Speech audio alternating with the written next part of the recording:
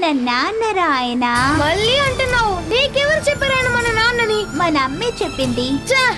అమ్మ ఎక్కడ కనిపెట్టిందో ఈ మనిషిని? జోబీ నాన్న లాంటి ఒక వ్యక్తి మనకి నాన్నగా దొరికారంటే చాలా బాగుంటుంది.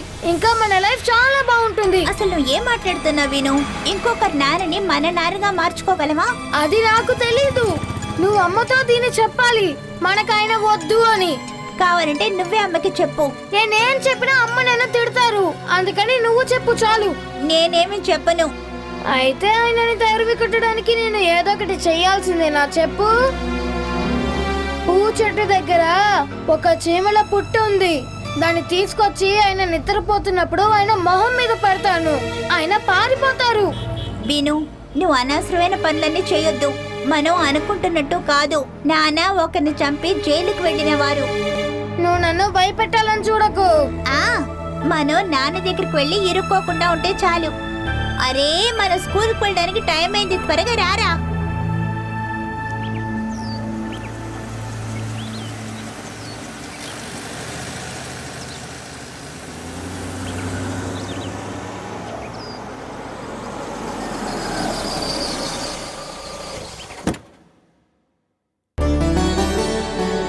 రా.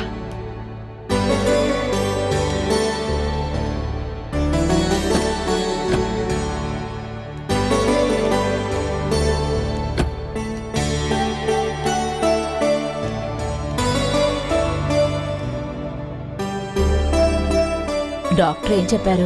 వైరల్ ఫీవర్ అన్నారు. అయితే హాస్పిటల్ అడ్మిట్ చేయించుండొచ్చు కదా. బాగా నీళ్లు తాగి 2 రోజులు రెస్ట్ తీసుకుంటే చాలు అన్నారు. రామ్మా, రా, పద. ఇప్పుడు తనని చూస్తుంటే జాలేస్తుంది. ఇక 2 రోజులకి సూరజ్ ఎక్కడికి వెళ్ళలేడనిపిస్తోంది. పిల్లల్ని ఇక్కడికి తీసుకురాకు, ఇది వైరల్ ఫీవర్. జ్వరం రావాలనుకుంటే ఇక్కడే రావాలని లేదు. నువ్వు రాధాకృష్ణకు ఫోన్ చేసి రేపు రావచ్చా అని అడుగు. అది పర్వాలేదమ్మా, ముందు కళ్యాణి జ్వరం తగ్గని, ఆ తర్వాత ఆలోచిస్తాను. నువ్వు ఇక్కడుంటే దాని విషయంలో నాకు ప్రశాంతంగా ఉంటుంది.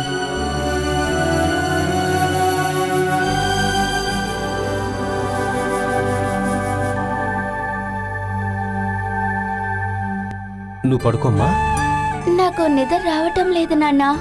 మీరు కాసేపు ఇక్కడ కూర్చుంటారా? నాకు అర్జెంట్ పని ఒకటి ఉంది, అది చూసుకుని వస్తాను. కాసేపు కూర్చొని వెళ్ళండి నాన్న.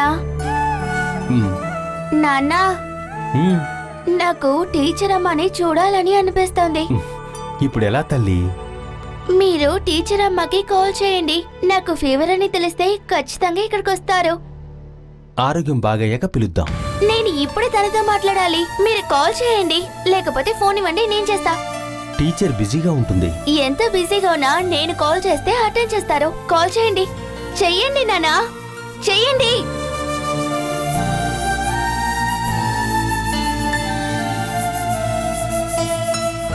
ఇందులో టీచర్ అన్న పేరుతో 2 నంబర్లు ఉన్నాయి. First number school teacher, second number కి కాల్ చేయండి.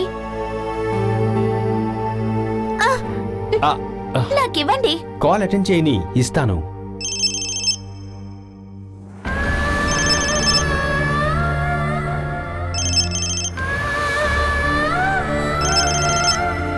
రింగ్ అవుతుంది కదా? అవుతుంది, కానీ తీయట్లా.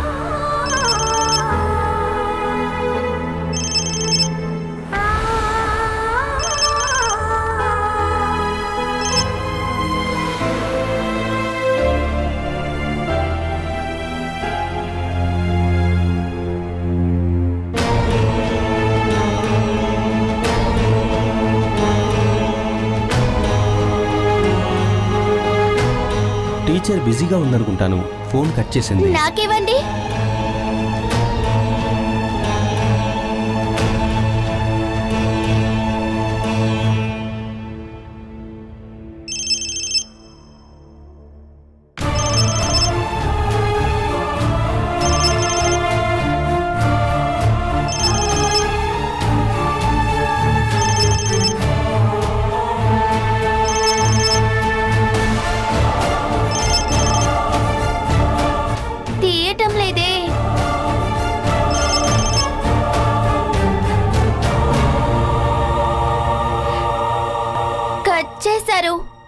అలాగే మనం వదిలేయకూడదు కదా.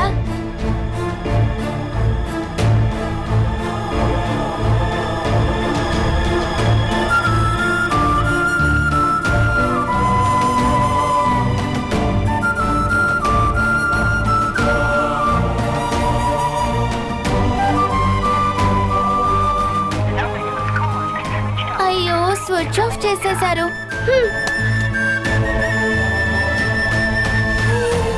కళ్యాణి,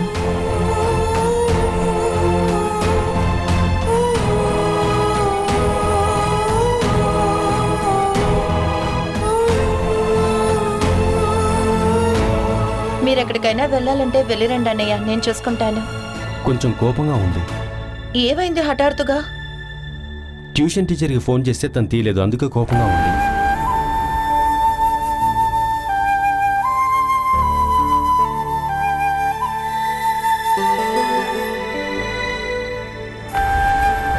కల్లో ఏంటి టీచర్ ఫోన్ ఎత్తలేదా? ఫోన్ స్విచ్ ఆఫ్ చేశారు. పర్వాలేదు, నీ జ్వరం తగ్గిన వెంటనే మనం అక్కడికే వెళ్ళి మాట్లాడదాం. మీరు పడుకోండి, జ్వరం తగ్గితే వెంటనే వెళ్ళి చూసొద్దాం.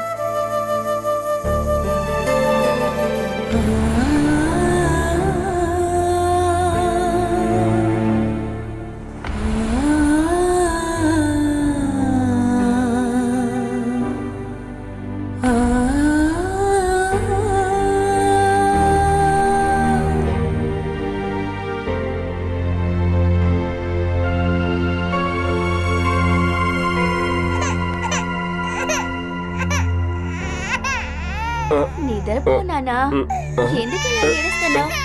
అరే బొజ్జో బొజ్జో, సరే సరే ఏడవకు. బొజ్జో నానా, ఛే, బొజ్జో. ఏడవకు నానా, ఎందుకు ఇలా ఏడుస్తున్నావు? నీకేం కావాలి చెప్పు. ఆశా, ఏంటి? కొంచెం తలుపు తీయమ్మా. ఎందుకు? ఛే, నువ్వు కొంచెం తీయమ్మా. చెప్పండి బావా. ఇలా చూడమ్మా, తిన్న తర్వాత పడుకుంటామే ఆ నిద్ర, అదొక భయంకరమైన ఫీల్ అమ్మా. ఆ ఫీల్నే నీ పాప ఏడ్చి పాడు చేసింది. తన వాల్యూమ్ని కొంచెం కొంచెం తగ్గించమ్మా. తను చిన్న పాప కదా, ఒకరు పని పాట లేకుండా కుంభకర్ణుడిలాగా ఇట్లా పడుకుంటుందని చిన్న పాపకి తెలియదు కదా. ఇలా చూడు, ఈ ఇంట్లో నువ్వు మాత్రమే ఉండలేదు.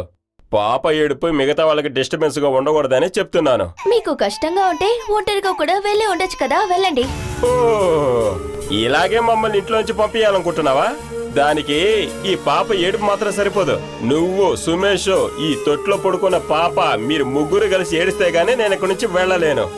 అయితే అంతే. ఇంకా బిడ్డలు పుట్టటం, వాళ్ళని పెంచటం అదంతా ఒక అదృష్టం. అవన్నీ అందరికీ దొరకదులే. అది లేని వాళ్ళకి పాప ఏడిసినా అరిచినా ఇబ్బందిగానే ఉంటుంది. అది పిల్లలు పుట్టపోవటం వల్ల అలా ఉంది. ఇంకేమైనా చెప్పాలా?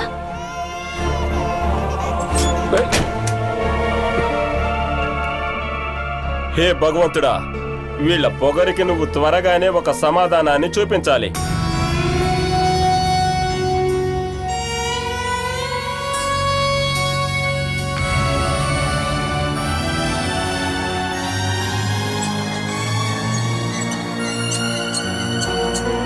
హలో హలో, ఆ దారి మూసేశారు.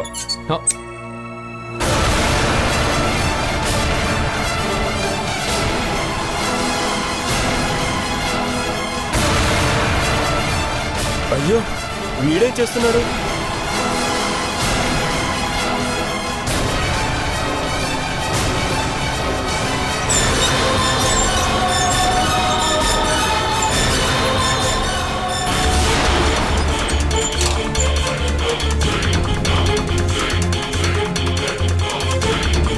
అరే అరే, వేణు తమ్ముడు, రే వేణు, వేణు తమ్ముడు, నువ్వు చాలా బాగున్నావురా.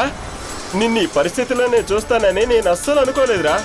నా ఎదురు చూపులు చూడలేక నువ్వు వచ్చేసావా బంగారం? ఇద్దరు కాకులు ఇష్టడానికి నేను ఇక్కడికి రాలేదు. నువ్వు జామీన్లో వచ్చావని నేను విన్నాను. ఎవరు చెప్పారు? నాకు ఇక్కడే మాత్రమే కాదు, జైల్లో కూడా చాలా మంది తెలుసురా. మరి ఎందుకని ఎన్ని రోజులు నాకు కనీసం జామీన్ కూడా పెంచలే? అందరినీ బాగా అర్థం చేసుకున్నాను, అందరినీ. రే ఉండ్రా, నేను నీకు బెయిలిపించడానికి నేను ఎంతమందిని కలిసానో నీకు తెలుసా? కానీ అన్నిటికీ ఒక సమయం ఉంటుంది కదా. టైం ఉంది, అన్నిటికీ టైం ఉంది, కానీ ఆ టైం లోపల మొత్తం అంతా చేయాలి. తమ్ముడు ఇక్కడే ఉన్నాడా? నాకు ఆశగా జైలు శిక్ష ఇప్పించాడుగా వాడిని నేను ఇప్పుడే కలవా. చూడు, వాడు ఎక్కడ లేడు, త్వరగానే వచ్చేస్తాడు. కానీ నువ్వు వాడు రావడానికంటే ముందు తన్ను చూడాలి. ఎవరిని? సుమేష్ భార్య ఆశాని. రే, మన అమ్మ ఇల్లు వదిలిపెట్టి వెళ్ళడానికి కారణం తనే. తాడి చెట్టులాగా నువ్వు ఇక్కడే కదా ఉన్నావు, నువ్వే చేయలేకపోయావేంటి? ఇది ఇప్పుడు ఆడవాళ్ళ ప్రపంచం కదా తమ్ముడు, అందుకని మగవాళ్ళకి మర్యాద ఇవ్వరు. కానీ నువ్వు ఇక్కడ ఉన్నట్టయితే ఇలా జరిగేది కాదు. నేను ఇప్పుడు అమ్మని కలిసే వస్తున్నా. తన ఖర్చులో బతకడానికి అసలు ఎలాంటి సిగ్గు లేదు. ఆలోచిస్తుంటే నాకు ఒళ్ళంతా మొట్టుతో. రే తమ్ముడు, అదంతా సరిచేద్దారా? ఇదిగో ఇది అర్థం చూడు. నువ్వు వెళ్ళిన తర్వాత కొత్త కొత్త మార్పులు వచ్చాయి. అలా చూడు, కొత్త గేటు, కొత్త రోడ్డు. ఇప్పుడు మన ఇంటి ముందుగా బండి వస్తుంది. అప్పుడు నువ్వెందుకు ఈ పాత గేటు నుంచి వచ్చావు? మన గతాన్ని ఎప్పుడు మర్చిపోకూడదురా, గుర్తుంచుకోవడానికి వచ్చాను. అంతలోపు నీ జ్ఞాపక శక్తి కూడా పోయిందా? కానీ చూస్తే అలా అనిపించటం లేదే. పర్వాలేదురా, నువ్వు వెళ్లేలోపు అన్ని సరిచేద్దాం. సరిచేయాలి, వెళ్ళే లోపల అంతా సరిచేయాలి. అలా అయితే రా, ఎక్కడి నుంచో మొదలు పెడదాం. నువ్వు రా, కమాన్. తర్వాత నువ్వు ఇక్కడ నుంచి వెళ్ళి 7-8 సంవత్సరాలైంది. కుడికాలు పెట్టి మంగళకరంగా లోపలికి రా. ఇంట్లోకి రాగానే ఆశ చంపల మీద ఒకటివ్వు. అప్పుడు నీకు సంతోషంగా ఉంటుంది, తనకి సంతోషంగా ఉంది, చూసే నాకు సంతోషంగా ఉంటుంది. రా రా రా రా రా రా, త్వరగా త్వరగా రా. రా రారా తమ్ముడు, త్వరగా రా. రా, ఇక్కడికి వచ్చి కూర్చో. రా, కూర్చోరా. ఒక్క నిమిషం ఉంటే నేను వెళ్ళి ఆశను పిలుచుకొని వస్తా. తను ఇప్పుడు మీ రూమ్లోనే ఉంటుంది. రూమ్ మాత్రమే కాదు, ఈ ఇల్లు మొత్తం తన చేతుల్లోనే కదా ఉంది. నేను ఇప్పుడే వస్తానా. ఆశామా, ఆశామా, ఆశామా, కుయ్.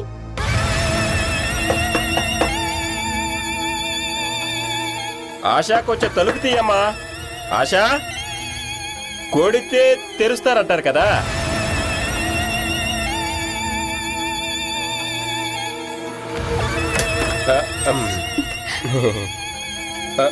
పాప నిద్రపోయిందమ్మా? నిద్రపోయింది. ఓ ఓ, ఒకళ్ళు చూడ్డానికి వచ్చారు. పాపనా? కాదమ్మా, నిన్నేనమ్మా. నన్ను చూడటానికా? ఊరికే చూసిపోవడానికే కాదు, నీకివ్వడానికి ఒక మంచి గిఫ్ట్ తీసుకొనే తను వచ్చాడు.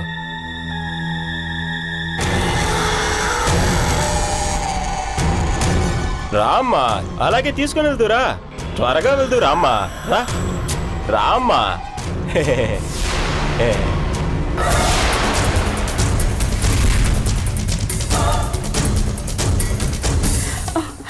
వాడే నేను చెప్పిన మనిషి.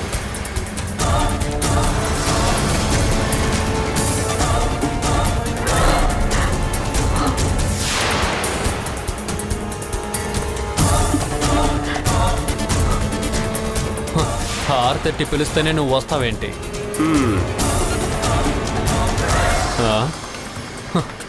ఇటు రావే. వెళ్ళమ్మా, వెళ్ళి తీసుకో. ఇక్కడికి రమ్మని చెప్పా. వెళ్ళి వెళ్ళు, లేకుంటే కోపడతారు.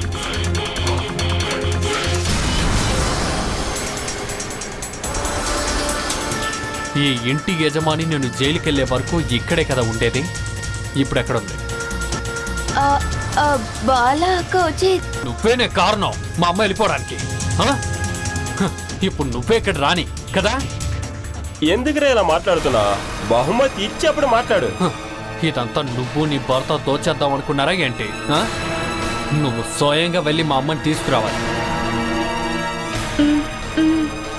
ఈ వారమే తీసుకురావాలి, లేకపోతే నువ్వు ఈ ఇంట్లో ఉండవు. అంతేనా? వేణు వేణు, నీ పర్ఫార్మెన్స్ ఎక్కడికి వెళ్ళిందిరా?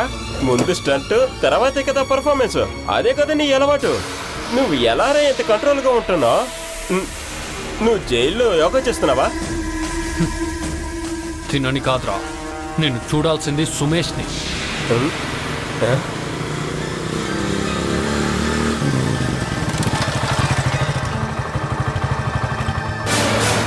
వాడికి 100 ఏళ్ళు. చెప్పగానే ఇదిగా వచ్చేసాడు.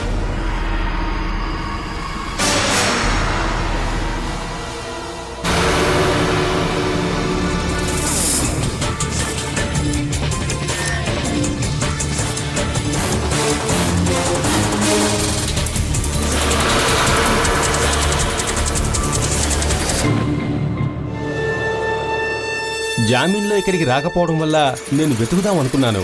ఓ, నిన్ను కష్టపెట్టకూడదని నేనే స్వయంగా ఇక్కడికి వచ్చాను.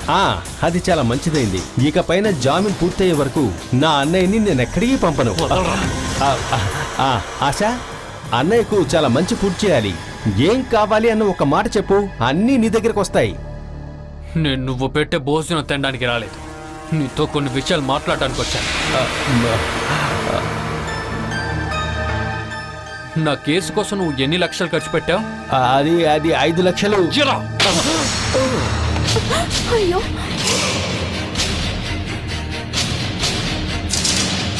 ఇప్పుడేనో ఒక బహుమతి వచ్చింది. అన్నయ్య, ఎవరికి 5 లక్షలు ఇచ్చావో చెప్పు. దయచేసి ఆపండి. హద్దు తప్పు. నా పేరులో ఉన్న షేర్ రాసి తీసుకుని వీరేం చేస్తాడో నాకు తెలియాలి. పెద్ద అమౌంట్ గా వకీల్ ఫీజు తీసుకున్నాడు. నేను వాడిని కలిసేరా వస్తున్నాను. 25 లక్షలు విలువైన నా షేర్ని రాసి తీసేసుకున్నావు, కానీ ఎందుకు పనికి మళ్ళీ ఒక వకీల్ దగ్గర కేసు అప్పగించావా? రారా ఎదవా. ఆ ఒక్క తప్పు వెళ్ళేరా నేను ఇప్పుడు జీవితంతో శిక్ష అనుభవిస్తున్నాను. రక్తబంధం అంట రక్తబంధం. అందరికీ డబ్బులు మాత్రం చాలు, అది చంపో ద్రోహం చేసో ఎలాగెలా సంపాదించేస్తారు కదా. ఏం చేస్తారా?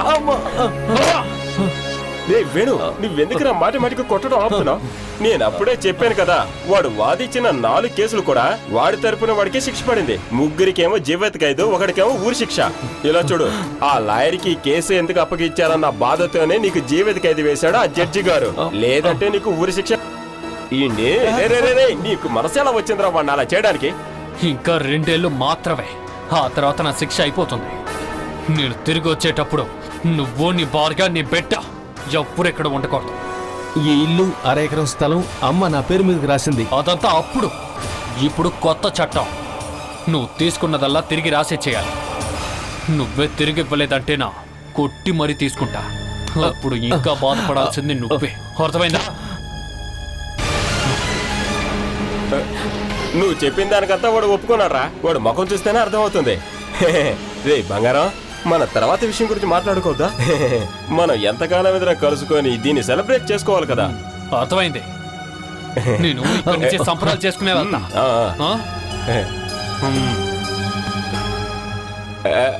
ఇప్పుడు మేము ఎంజాయ్ చేయడానికి వెళ్తున్నాం. తర్వాత వచ్చేలోపు నువ్వు రెడీగా ఉండు. సుమేష్ బాబా,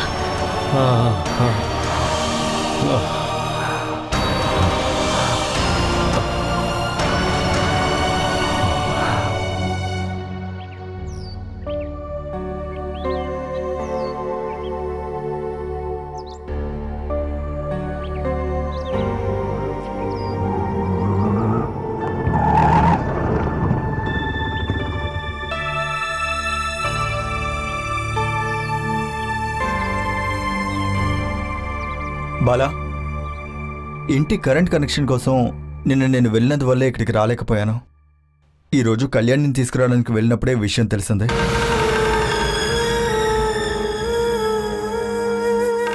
నువ్వు నాకు ఫోన్ చేసి ఉండొచ్చు కదా. ఎవడాడు నిన్న ఇక్కడికి వచ్చి గొడవ చేసినాడు? ట్యూషన్కి వచ్చిన పిల్లల్ని కూడా భయపెట్టేంత ధైర్యం ఉన్నవాడు ఎవడో నాకు కూడా తెలియాలి కదా. తెలుసుకొని ఇకపై ఇక్కడికి వచ్చి ఇలా గొడవ చేయడానికి వాడి కాళ్ళు చేతులు ఉంచను. ఎవడాడు? వేణుగోపాల్.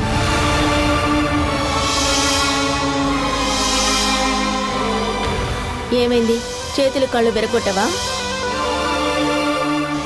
శిక్ష పూర్తయిందా? పరోల్లో వచ్చాడు. ఎన్ని రోజులు? ఏమో తెలీదు. ఇప్పుడు ఆయన ఎక్కడా? అది తెలీదు. ఉదయం పిల్లలు స్కూల్కి వెళ్ళేటప్పుడు ఇక్కడే ఉన్నారు, తర్వాత ఎక్కడికో వెళ్ళిపోయారు. అతను ఇక్కడే ఉంటున్నాడా? ఆయన వచ్చి నేనిక్కడ ఉండొచ్చా అని అడుగుతాడనుకుంటున్నావా? ఆయనే వచ్చాడు, ఉన్నాడు, తాళి కట్టాడు, పిల్లలకి తండ్రి. ఆ ధైర్యంతో వచ్చాడు. ఆయన గనక ఇక్కడ ఉంటే నీ జీవితం నాశనం అవుతుంది. అతనికి భయపడి ఎవరు పిల్లల్ని ట్యూషన్కి పంపరు. నిన్న జరిగిన గొడవ గురించే ఈ పాటికే అందరూ ఫోన్లో మాట్లాడుకుని తెలుసుకుని ఉంటారు. నన్నేం చేయమంటావు? బాలా నిర్ణయం ఏంటో నాకు తెలీదు, కానీ నా నిర్ణయం ఏంటో చెప్తాను. అతని నువ్వు ఇక్కడ ఉండకూడదు అని చెప్పి పంపించేయాలి. అలా నువ్వు చేయలేకపోతే మళ్ళీ నీ జీవితం కష్టాల ఊబిలోకి వెళ్ళిపోతుంది. వేరే వాళ్ళు ఎవరైనా అయితే నేను ఈ విషయంలో కలగజేసుకునేవాడిని, కానీ ఇది నువ్వు మాత్రమే సాల్వ్ చేయగలవు. సహాయం ఏదైనా కావాలంటే నాకు ఫోన్ చేస్తే చాలు. శివ, మిగతా వాళ్ళు ఏం మాట్లాడుతున్నారో నాకు తెలీదు. ఒకవేళ ఆయన నీకోసం వచ్చినా వస్తారు. నువ్వు జాగ్రత్తగా ఉండు. నా గురించి కాదు, నీ విషయమే ఇప్పుడు నాకు ముఖ్యం.